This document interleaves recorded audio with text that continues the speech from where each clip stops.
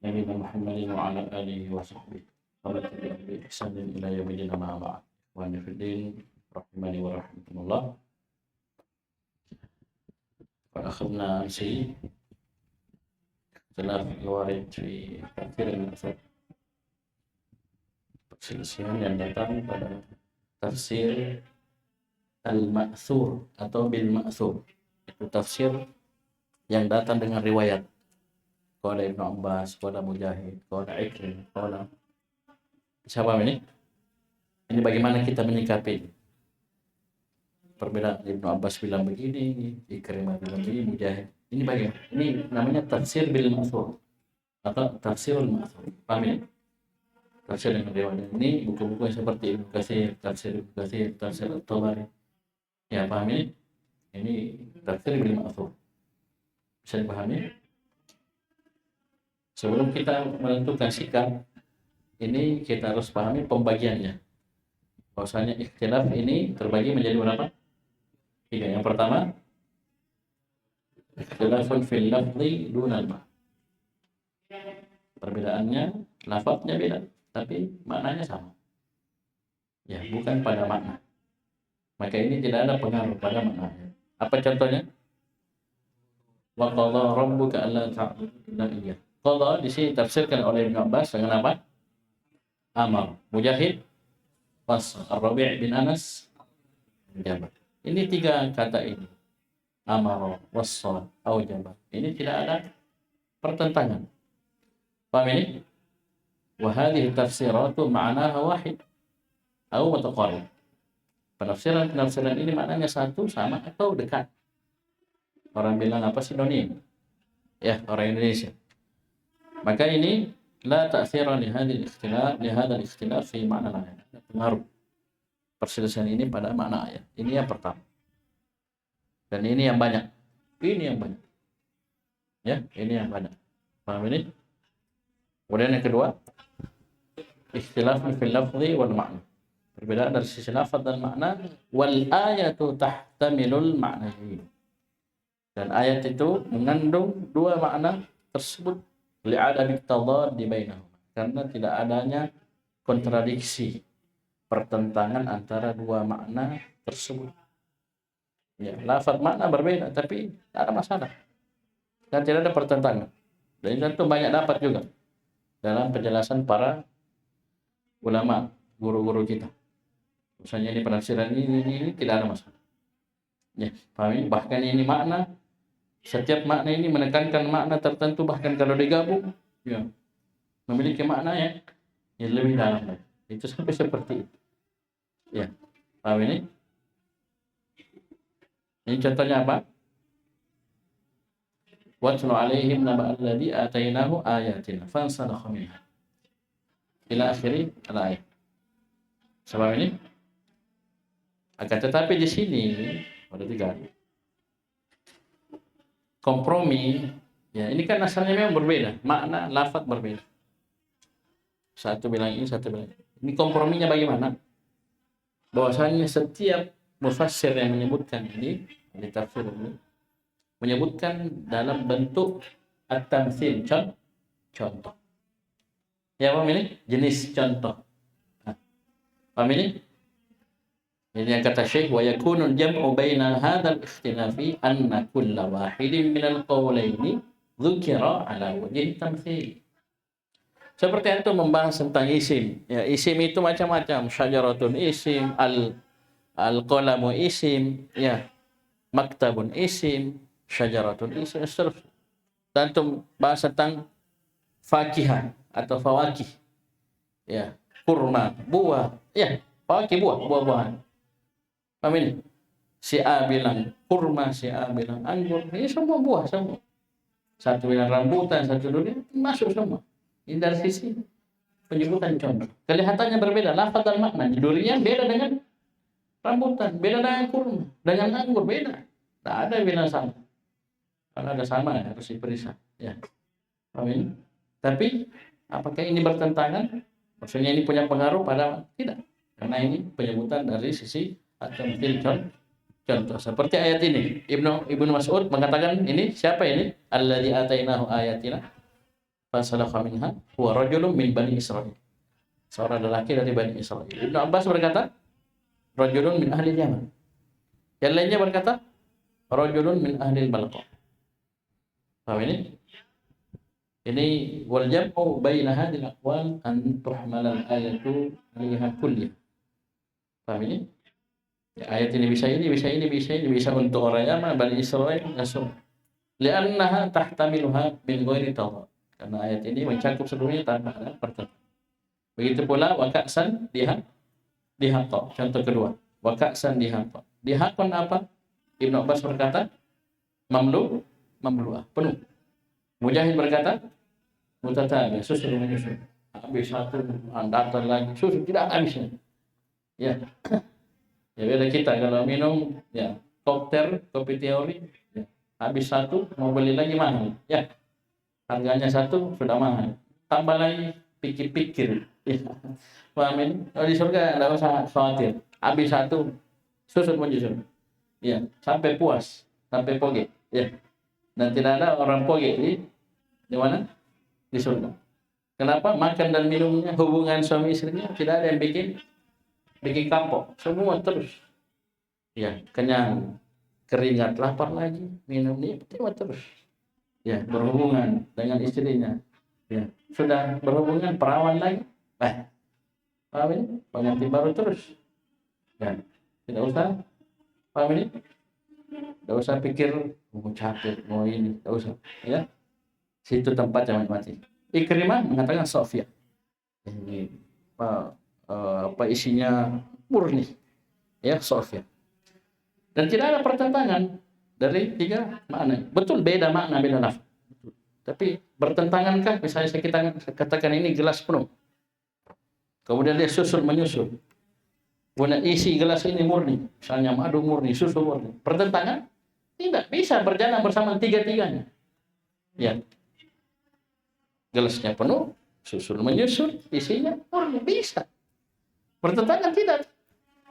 Bisa dipahami? Tadi. Beliau katakan satu mengatakan murni, satu mengatakan tercampur. Ini mungkin tergabung. Atau misalnya satu mengatakan gelasnya penuh, satu mengatakan tidak penuh, setengah. Ini bertentangan. Ini tidak bisa berjalan bersama. Kemudian yang terakhir, jenis yang ketiga, ikhtilaf ini adalah ikhtilaful lafzi wal makna wal ayatu la tahtamilun makna ini perbedaan lafaz dan makna sama dengan yang kedua, tapi ayat ini tidak melingkup dua makna ini secara bersama. Bisa. Harus pilih salah satu. Oleh karena itu kata Syekh, fatuhmalul ayatu 'alal arjahi minhuma.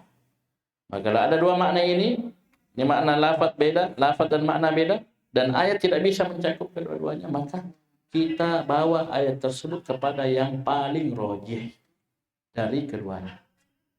Yang lebih rajih dari keduanya. Gimana caranya? Bidalalatis siyaq, dengan dalil konteks ayat. Seperti yang beliau contohkan. Ya, dua contoh ini subhanallah tentang makanan dan pernikahan. Ya toh? Tentang makanan dan pernikahan. Coba lihat makanan. Inna ma harrama 'alaikumul maitata wad dama wa lahmal khinziri wa ma uhilla bihi li ghairillah. Faman yadhurra ghayra baghin wala 'adin fala itsma 'alaih. Sini di ghayra baghin wala 'adin, Ibnu Abbas ya menafsirkan ghayra baghin fil maita wala 'adin fil akli. Itu tidak berlebihan dalam memakan bangkai dan tidak melampaui batas ketika memakannya. Maksudnya ketika memang dia darurat, uturra, kalau dia tidak makan mati, maka boleh dia makan bangkai. Tapi jangan dia sedikit-sedikit bangkai lagi, darurat lagi. Tidak. Kemudian pas dia makan, dia tidak berlebihan. Cukup mengganjal perutnya, melanjutkan hidupnya, sudah berhenti. Nanti lagi betul-betul tidak ada lagi dapat makanan, baru makan lagi. Ya, jadi setelah makan itu jangan sudah bisa 3 hari ini bangkai kita makan. 3 hari kita nak cari tidak. Sudah makan, cari makan yang halal. Ya, kecuali betul-betul tidak ada baru. Ya, nanti lagi lapar lagi betul-betul baru makan. Jangan dibilang ini. Berarti kita ini tidak ada makanan, berarti boleh cambuk terus 3 porsi. Paham ini? Atau enak cambuk lagi. Ini yang dimaksud. Itu ketika tidak bagin wala'at itu tidak ada dosa. Nanti dia berdosa kalau tadi.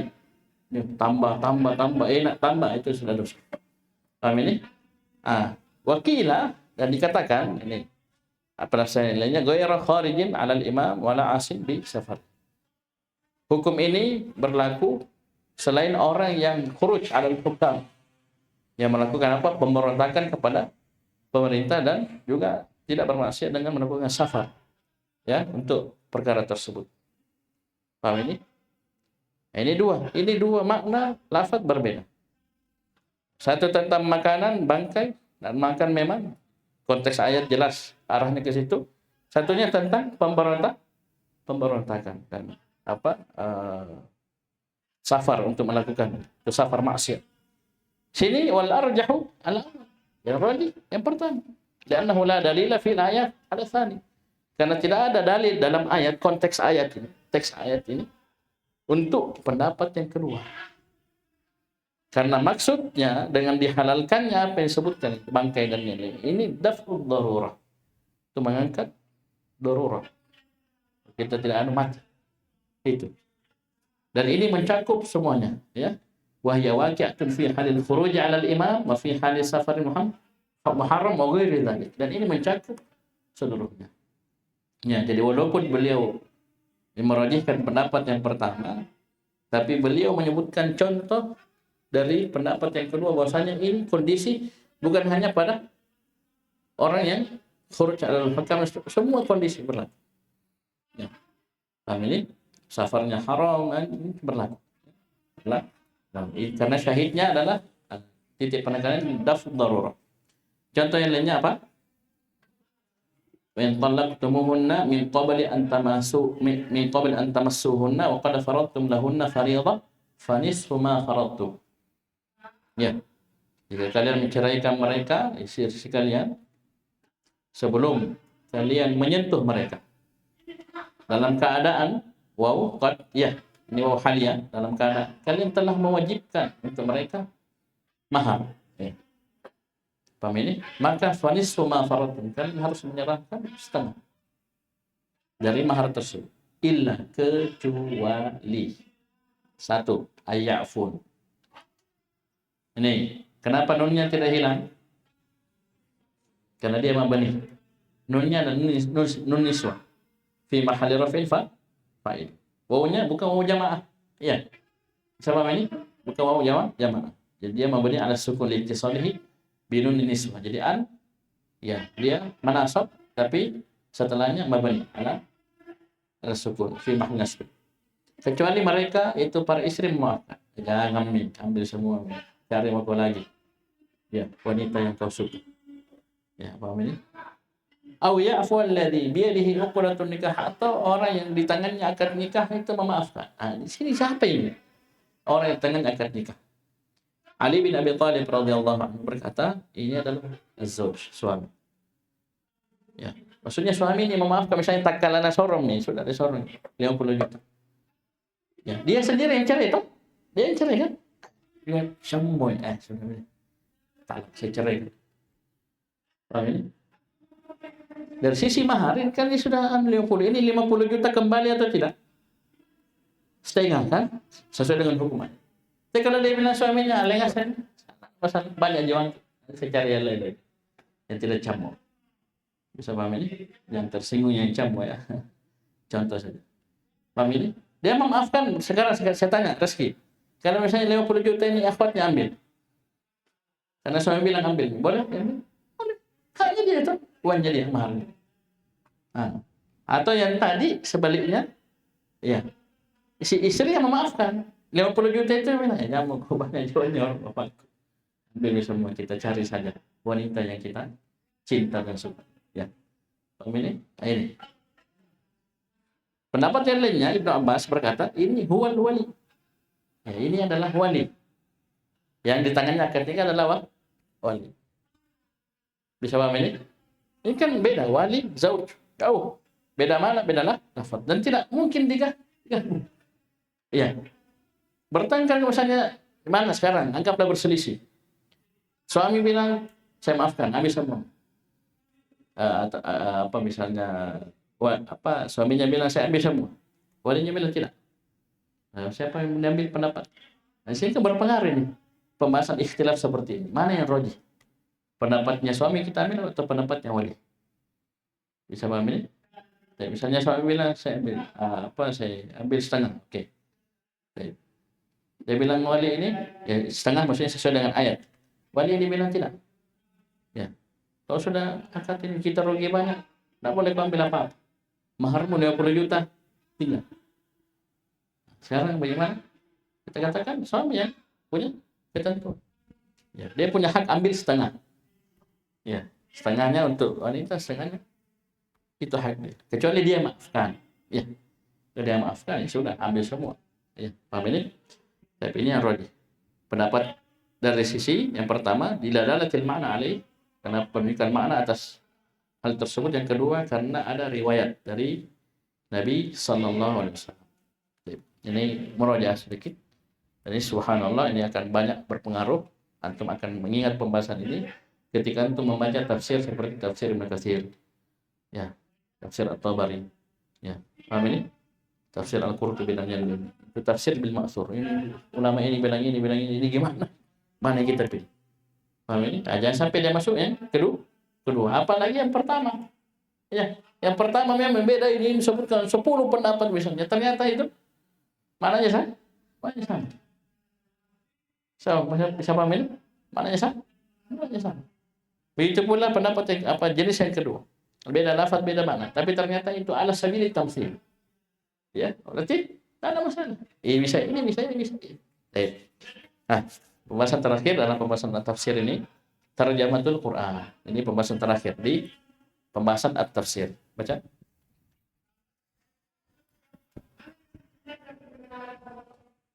Satu kali saja cepat, satu kali. Ya. Lihat apanya. Lihat. Menyala, ya.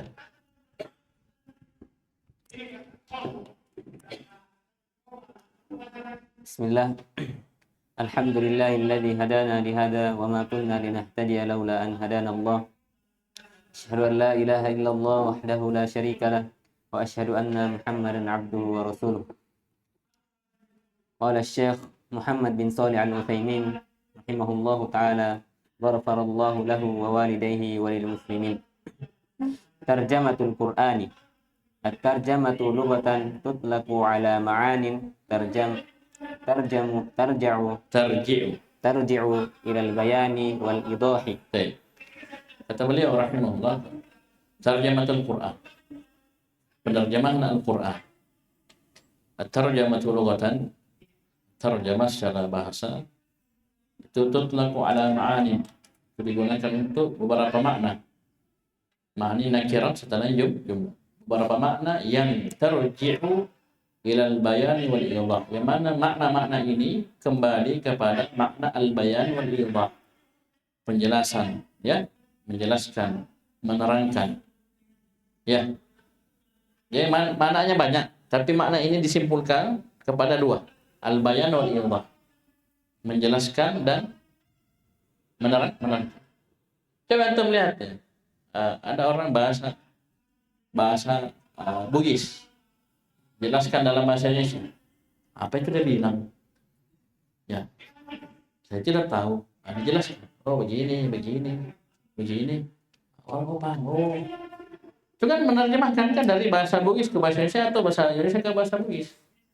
Itu kan kita saja paham. Ini maknanya ada. Ini lughatan. Ya, al-bayan wal idah. Ya toh? Ya, orang Jawa ya enggak ngerti bahasa Makassar misalnya dipaham melalui dengan bahasa Jawa. Ya. Kene kono ya paham ini? Itu paham kan? Ini al-bayan wal idah. Secara istilah Wa fil istilahi at-ta'biru 'ala al-kalami bi lughatin ukhra. Secara istilah at-tarjamah dan at-ta'bir 'anil kalam, mengungkap pembicaraan bi lughatin ukhra, dengan bahasa yang lain.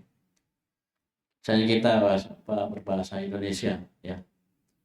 Ini ada orang Arab datang yang ngomong, kita perantara misalnya penerjemah, si Arab ini ngomong ke Indonesia, jelaskan ini ke Indonesianya ini maksudnya begini.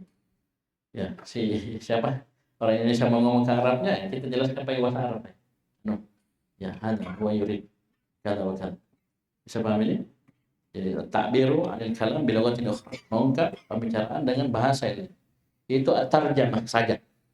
Ya, terjemahnya saja ini secara bahasa dan istilah. Sekarang, terjematul Quran apa artinya, definisinya? Fatarjamatul Qur'ani at-ta'biru ala ma'nahu An makna. an ma'nahu bi lughatin ukhra. Ah, sekarang masuk ke pembahasan terjematul Quran apa definisinya? At-ta'biru an maknahu, ay makna Al-Quran bi lughatin ukhra. Itu kita mengungkap makna Al-Quran dengan bahasa yang lain. Yaitu apa? Selain bahasa Arab. Karena Al-Quran dengan bahasa Arab. Paham ya? Jadi mengungkap makna Al-Quran dengan apa? Bahasa yang lain. Dan ini cuma pendekatan makna. Kenapa bisa? Pendekatan makna. Makna Al-Quran luas sekali. Ya, luas sekali. Antum nanti masuk Al-Qawaidul Hisan itu luar biasa. Nampak keluasan makna. Bisa dibatasi dengan bahasa Indonesia, bahasa lain tidak ada bahasa yang bisa mengimbangi. Paham ini? Jadi pendekatan makna saja. Ya, jadi tentu lihat kalau diterjemahkan cuma berapa kalimat. Coba antum lihat tafsir. Ya, Al-Muyassar, lihat tafsir As-Sa', lihat tafsir Ibnu Katsir. Panjang sekali satu ayat itu bisa berapa halaman. Itu penjelasan semua, tafsir semua. Jadi itu mengungkap saja, mengungkap ya sebagian makna Al-Quran, pendekatan makna, memahamkan ini ayat maknanya itu yang terjemah ya. Jadi bilugotin ukhra ya. Nah, kenapa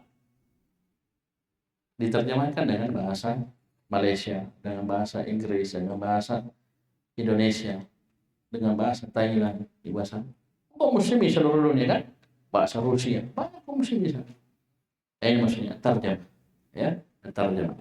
Terus Wat-tarjamatu naw'an.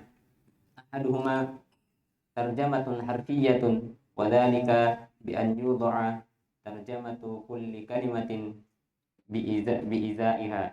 Baik. Jadi terjemah secara umum itu ada dua. Ini belum masuk ke terjemah Al-Quran, beliau bagi secara umum dulu. Terjemah secara umum ada dua. Yang pertama ahaduhuma tarjamatun harfiyah. Apa artinya tarjamatun harfiyah? Itu dia meletakkan terjemah kulli kalimat. Ya. Terjemah setiap kata biizaiyah. Ya, sesuai dengan kata tersebut. Kata per kata ini harfiah artinya kata per kata. Terjemahkan kata per kata. Ini baru penjelasan terjemah secara global ya. Misalnya ini, inna, ini begitu. Ini kata per kata. Ini namanya terjemah harfiah. Bisa paham ini? Bian tuda'a tarjamatu kulli kalimatin biizahnya. Diletakkan terjemah setiap kata ya sejajar dengan setiap kata ini artinya ini, katanya ini artinya ini. Dengan bahasa yang lain tentunya ya, sesuai dengan definisi yang tadi. Terus yang kedua, Tsani tarjamatun ma'nawiyyatun aw tafsiriyyatun. Wa dhalika bi an yu'abbara an ma'na al-kalami bi lughatin ukhra min ghairi mura'ati al-mufradati wat tartibi. Yang kedua, dan ini akan semakin memahamkan kita dengan jenis yang pertama, yaitu terjemah maknawiyah atau tafsiriyah. Bagaimana caranya itu terjemah maknawiyah atau tafsiriyah? Itu dengan seorang mengungkap makna al-kalam, makna satu pembicaraan dengan bahasa yang lainnya tanpa memperhatikan kata per kata dan susunan urutan katanya. Kan beda tadi, kalau harfiah kata per kata dan sesuai dengan urutannya. Kalau inna duluan, ya inna ini diterjemahkan dan inna duluan diterjemahkan. Paham ini? Jadi kalau tafsiriyah maknanya tidak sesuai dengan ya makna kata. Bisa paham ini? Dan ini subhanallah di sini nampak nanti bahwasanya ini terjemah harfiah ini butuh kita pahami bahwasanya ini perkara yang tidak dibolehkan. Nanti akan dibahas oleh Syekh. Nanti beliau akan sebutkan syarat-syarat yang tidak akan mungkin terpenuhi ketika dilakukan terjemah harfiah, itu kata per kata. Ya. Jadi subhanallah sampai masuk di mushaf kita ya, terjemah kata per kata, padahal itu ya malah membingungkan. Orang kalau baca itu apa maknanya dapat? Ya bahasa Arab ya mungkin ada, tapi dari sisi makna ayat pernah masih mending terjemah maknawiyahnya, dan itu yang boleh. Ya. Terjemah maknawiyah, sungguhnya Allah mengharapkan begini. Ya, itu baru langsung kenal. Tapi kalau inna sungguh, ya baru harrama ayat. Ya, paham ini? Ini yang nanti akan dijelaskan bahwasanya ini hukumnya dilarang. Ya. Oke. Contohnya apa? Mithalu dzalika qauluhu ta'ala inna ja'alnahu qur'anan arabiyyan la'allakum ta'qiluna. At-tarjamatul harfiyyatu an yutarjima kalimati hadhihi al-ayati kalimatan tarjima inna thumma ja'alnahu thumma qur'anan thumma arabiyyan wa hakadha. Coba lihat ya. Contohnya ayat. Walaupun ini pembagian asalnya global ya, asalnya global. Inna ja'alnahu qur'anan arabiyyan la'allakum ta'qilun. Terjemah harfiahnya itu seorang menerjemahkan kalimat-kalimat, yaitu kata-kata yang ada pada ayat ini kata per kata. Kalau orang bilang letter let, wa yutarjimu inna summa ja'alnahu summa qur'anan summa arabiyyan.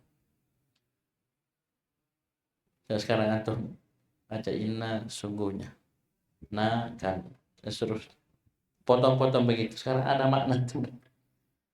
Ya, ada makna yang antum pahami. Nah, satu-satu. Apalagi kita sudah belajar bahasa Arab saja mungkin masih bingung. Apalagi orang awam. Nanti akan disebutkan hukum tarjamatul Quran. Nanti insyaallah besok kita baca. Intinya saya kasih mukadimah saja dulu. Inna na ja'alna nahu. Baik. Sudah pusing ya. Ja'alna menjadikan na kami hu dia. Bagaimana kita mau paham Al-Quran kalau begitu? Bisa paham ya? Nanti akan disebutkan. Ini harfiah, letter let, kata per kata. Sekarang ma'nawiyah. Tarjamatul ma'nawiyatu an yutarjima ma'na al-ayati kulliha biqat'in nadari an ma'na kulli kalimatin wa tartibiha wa hiya qaribatun min ma'na tafsiri al-ijmaliyyi. Nah, adapun tarjamah ma'nawiyah itu seorang menerjemahkan makna ayat seluruhnya. Ini baru. Jadi dia menerjemahkan ayat seluruhnya. Misalnya ayat kan jelas bahasa Arab, Al-Quran bahasa, diterjemahkan ayat dalam bahasa Indonesia seluruhnya langsung dirangkai. Ya, biqat'in nadhari, ya, dengan memutus pandangan, maksudnya tanpa melihat makna setiap kata dan urutannya. Maksudnya kalau mau diterjemahkan kata per kata mungkin rancu di bahasa kita kan? Kan beda kan bahasa Arab bahasa Indonesia. Ya, tidak usah jauh-jauh di pembahasan jumlah ismiyah dan fi'liyah saja sudah pusing kita. Contoh ini, Ahmadu maridun. Maridu Ahmad. Sekarang bahasa Indonesianya satu gitu. Ahmad sakit. Sakit Ahmad. Kita balik saja sakit Ahmad. Itu sudah pusing orang ahli bahasa Indonesia. Sakit Ahmad. Ini mereka tidak kenal kalimat. Yang mereka kenal Ahmad sakit. SP toh? Bukan PS. PS. Ya, itu orang ahli bahasa ini sudah pusing. Padahal dalam bahasa Arab ada Maridu. Maridu Ahmadu ada tak?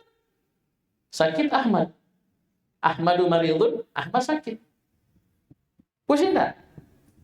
Ini nanti akan disebutkan itu untuk harfiah, kata per kata.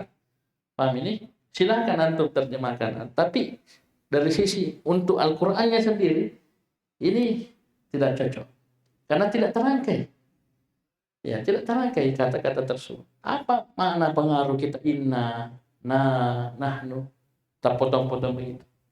Nah, ada faedahnya. Paham ini? Kecuali kita mau dalami, memang kita mau fasir, kita mau dalami kata per kata, itu lain cerita. Ini dari sisi terjemahnya. Ya, ingat terjemahnya. Ya, oleh karena itu terjemah yang mestinya ada hanya satu, terjemah maknawi. Ya. Jadi antum tidak usah beli mushaf yang ada kata per kata. Itu belajar bahasa Arab saja. Apa faedahnya juga? Banyak orang beli juga tidak dibaca itu kata per katanya. Ini yang penting adalah terjemah maknawiyahnya. Ini kata beliau. Kita terjemahkan makna ayat seluruhnya tanpa melihat urutan ayatnya kata per katanya, susunannya. Itu tadi maridhu ahmadu maridhu sudah pusing nih kita. Karena kita orang Indonesia yang kita kenal Ahmad sakit. Kalau sakit Ahmad pusing karena predikat subjek. Bisa paham ini? Ah, wahya qaribatun min makna tafsir ijmali, dan terjemah maknawi ini maknanya dekat dengan makna tafsir secara global. Nah, itulah buku terjemah terjemah Al-Qur'an yang kita buka. Itu yang harusnya untuk miliki. Dan itu hanya pendekatan makna, karena makna Al-Qur'an luas sekali. Paham ini? Ya, tidak usah sampai kata per kata apa itu ditinggalkan, ya. Ditinggalkan. Paham ini? Karena inti Al-Qur'an kita tadabbur. Tadabbur inna naja'alnahu. Tidak jadi tadabbur kalau begitu. Apalagi dia tidak belajar bahasa Arab. Ya. Kecuali memang kita belajar bahasa Arabnya, kita di fi'il, isim, apa semua kita pelajari, kita artikan, tidak ada masalah. Yang kita maksud sekali lagi saya ulangi, ini hukum menerjemahkan. Nanti akan boleh. Ya cukup dulu ya. Sudah. Ada kamera depan, sudah masuk kamera saya. Ya cukup dulu ya. Insyaallah besok kita masuk hukumnya. Sengaja kita bisa supaya untuk pahami dulu ini pembagian terjemah ada dua, harfiah itu letter kata per kata dan maknawi. Nanti insyaallah besok kita masuk hukum. Ya, masuk hukum, apa hukum terjemah harfiah, apa hukum terjemah maknawi. Sekian subhanallah. Asyhadu an la ilaha illa anta astaghfiruka wa atubu ilaik.